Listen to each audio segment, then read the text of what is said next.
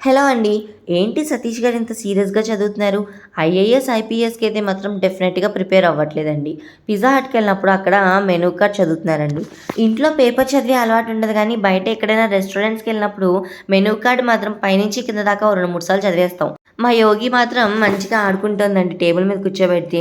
మీరేంటో, మీ తిండ్లేంటో, మళ్ళీ ఎక్కడికొచ్చారో అని మనసులో అనుకున్నా కూడా పైకి ఏమనకుండా చక్కగా నవ్వుతూ ఆడుకుంటోందండి. ఇంకా మా సతీష్ గారైతే వాళ్ళిద్దరిని ఫోటోస్ తీయమంటారండి. నేను మంచిగా ఫోటోస్, వీడియోస్ తీస్తాను. ఇంకా ఆయన సంగతి తెలిసిందే కదా! నన్ను వీడియో తీయమంటే ఇదిగో చూసారా ఎలా తీశారో? ఏంటోనండి. ఈ కెమెరామెన్ సరిగ్గా తీయట్లేదండి. సో, కెమెరామెన్‌ని మార్చేద్దాం అనుకుంటున్నాను నేను. ఏం చేస్తామండి సెల్ఫీలు కొట్టుకోవడమే అయిపోయింది నా జీవితం మొత్తం. ఇంకా వీళ్ళిద్దరైతే మంచిగా ఎక్కడికెళ్ళినా నాతో ఒక ఆట ఆడేసుకుంటారు కదా! అదిగో చూడండి మా యోగి అయితే ఆటలైతే మొదలుపెట్టేసింది. అక్కడి నుంచి ఇక్కడికి, ఇక్కడి నుంచి అక్కడికి ఆ బల్లలు 2 కవర్ చేసేసిందండి. ఇంకా ఏం ఆర్డర్ చేసామంటే పిజ్జా అయితే ఆర్డర్ చేసేసామండి. యోగి అయితే టేస్ట్ చేయడం స్టార్ట్ చేసిందండి. సో, దానికి ఎలా అనిపించిందో బావుందని చెప్పింది. అయితే పిజ్జాను గార్లిక్ బ్రెడ్ ఆర్డర్ చేశారంట.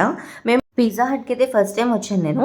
ఇక్కడ గార్లిక్ బ్రెడ్ చూసిన తర్వాత నాకు అనిపించిందండి. లాస్ట్ టైమ్ మేము కెఫేకెళ్ళాం కదా! అక్కడ గార్లిక్ బ్రెడ్ అయితే ఆర్డర్ చేస్తే 6 పీసెస్ వస్తుంది. అలానే పిజ్జా కూడా మనం ఎలా అంటే ఇక్కడ మీడియం, నార్మల్, రెగ్యులర్ అని చెప్పి మనం చెప్పుకోవాలి కదా! కానీ అక్కడైతే మాత్రం మనం పిజ్జా ఆర్డర్ చేస్తే పెద్ద పిజ్జా వస్తుందండి. అది కూడా 6 పీసెస్. ఇంక ఇక్కడ ఏంటి అంటే ఇక్కడ పెప్సీ అనేది ఆఫర్ పెట్టాడండి. ఎట్లా అంటే ₹56కి అన్‌లిమిటెడ్ అని. సో, ఇదొకటి తీసుకున్నాము. బానే ఉంది టేస్ట్. నాకైతే ఇక్కడ కన్నా కెఫేలో ఫుడ్ అయితే బాగా నచ్చిందండి. సో, మీరైతే పిజ్జా ఎక్కడ ప్రిఫర్ చేస్తారు? డామినోసా, పిజ్జా హట్‌లోనా? కామెంట్ బాక్స్‌లో కామెంట్ చేసేసేయండి. అండ్ వీడియో నచ్చితే లైక్ చేసి సబ్స్క్రైబ్ చేసుకోండి. బాయ్.